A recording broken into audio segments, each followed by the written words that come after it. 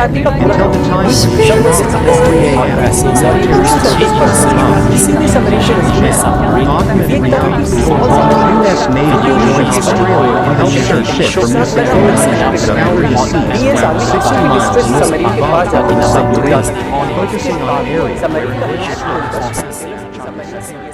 warahmatullahi wabarakatuh. Terima kasih teman-teman yang sudah baru bergabung di channel saya.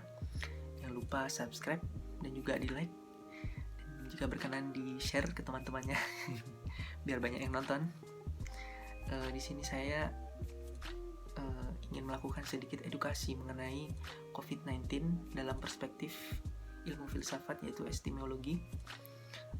Di sini saya ingin menjelaskan sedikit mengenai vaksin COVID-19, terutama efek sampingnya yang didapat setelah melakukan vaksinasi.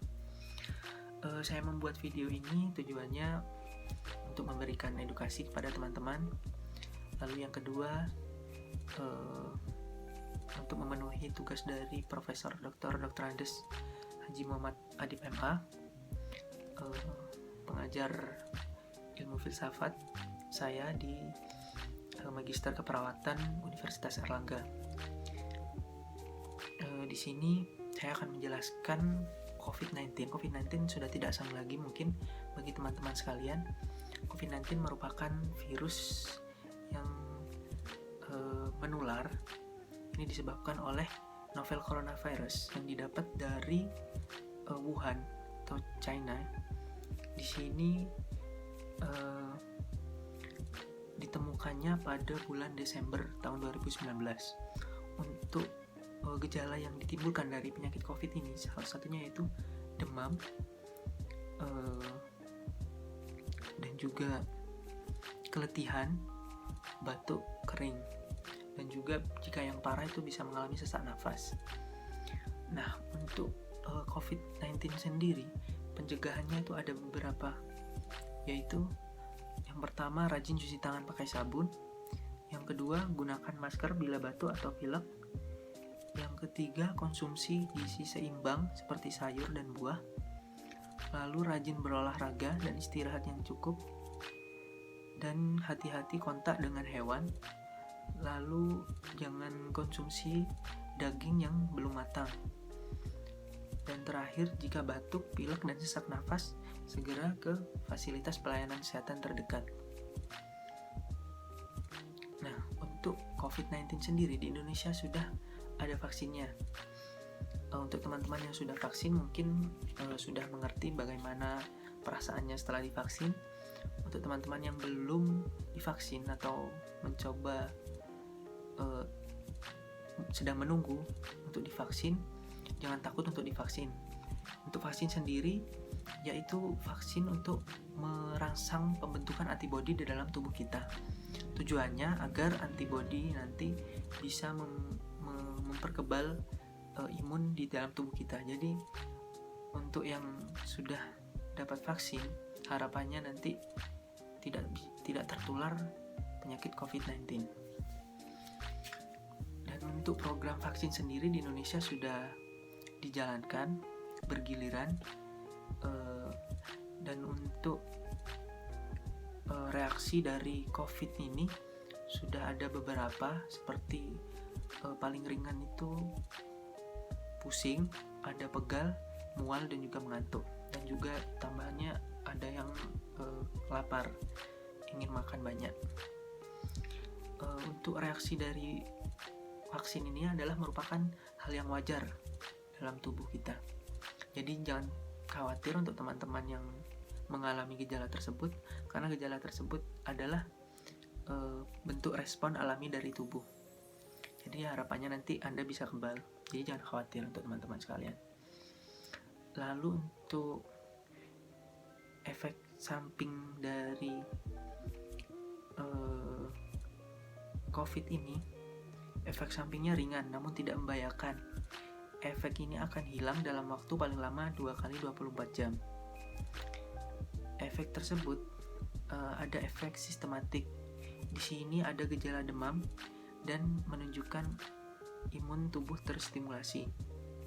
Lalu ada panas ringan, Lalu ada pusing namun sangat sedikit. Sedangkan untuk efek lokalnya yaitu rasa sakit di tempat suntikan. Jadi biasanya juga terdapat bekas merah di bekas suntikan yang diberi vaksin COVID. Nah, di sini ada 2 pertanyaan. Yang pertama, apakah vaksin COVID punya efek samping? Ya, tadi saya sudah jelaskan bahwa vaksin COVID memiliki efek samping yang sudah saya sebutkan tadi. Efek samping dari vaksin COVID tidak hanya ada di vaksin COVID, tetapi di obat lain juga ada beberapa efek samping. Jadi tidak hanya vaksin saja yang punya efek samping, tapi obat-obat lainnya juga memiliki efek samping. Efek lainnya yaitu misalkan pada teman-teman yang pernah alergi obatnya sama seperti itu. Lalu yang kedua, bagaimana cara menghindari efek samping dari vaksin? Cara yang pertama yaitu pastikan kondisi tubuh sedang fit, sedang prima, dalam keadaan sehat, dan juga Anda tidak cemas. Nah, bagaimana cara menghadapi agar tidak cemas? Mencari informasi sebanyak-banyaknya mengenai vaksin, mengenai COVID. Jadi untuk teman-teman agar tidak cemas saat melakukan vaksinasi COVID, lebih baik mencari informasi terlebih dahulu. Nah, tujuannya video ini saya buat, harapannya bisa memperluas wawasan teman-teman mengenai pengetahuan COVID-19 dan juga vaksin COVID-19. Untuk vaksin sendiri itu ada 2 tahap. Yang pertama sendiri itu memiliki perlindungan yang masih belum sepenuhnya mampu melindungi secara cepat. Itu paling lama sekitar 2 hingga 4 minggu. Baru tubuh itu bisa menerima imun yang diharapkan. Jadi selama 2 atau 4 minggu setelah diberikan vaksin, teman-teman itu masih dalam keadaan rawan. Jadi jangan karena sudah vaksin teman-teman mencari pasien yang COVID. Jangan sampai teman-temannya. Lalu untuk faktor penyebab vaksin harus ditunda itu ada beberapa. Yaitu yang pertama, orang yang sudah kontak dengan pasien COVID, orang yang mengalami demam, batuk, pilek, dan juga sesak napas, lalu hipertensi, lalu memiliki riwayat penyakit akut, lalu pasien kanker, dan orang dengan autoimun. Di sini untuk meningkatkan efektivitas vaksin, saya memiliki beberapa tips berdasarkan literatur yang sudah saya baca ya. Di sini menurut studi jurnal dari Advanced Social Science itu makanan dan juga minuman, makanan olahan atau makanan dari pabrik itu lebih baik dihindari karena di situ terdapat lemak jenuh dan juga tinggi gula. Ini sangat tidak baik untuk tubuh kita. Lalu makanan cepat saji di sini mengandung lemak jenuh yang sangat tinggi dan juga garam yang tinggi. Jadi ini jika dikonsumsi oleh kita yang baru saja vaksin, meskipun tidak vaksin juga lebih baik dihindari ya. Ini akan mengganggu bakteri yang ada di sistem pencernaan kita. Nah, ini akan menyebabkan daya tahan tubuh kita itu menjadi turun. Nah, harapannya setelah kita menghindari makanan-makanan seperti ini, daya tahan tubuh kita itu menjadi stabil. Harapannya juga tidak turun lah, minimal. Lalu yang kedua yaitu minuman berenergi seperti minuman-minuman bersoda yang bisa Anda beli di berbagai tempat.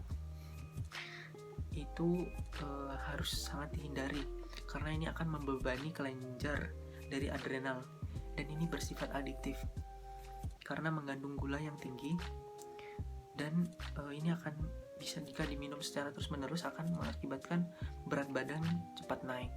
Jadi untuk teman-teman yang ingin berat badannya cepat naik, jangan dengan cara seperti ini. Lebih baik berat badan ideal saja.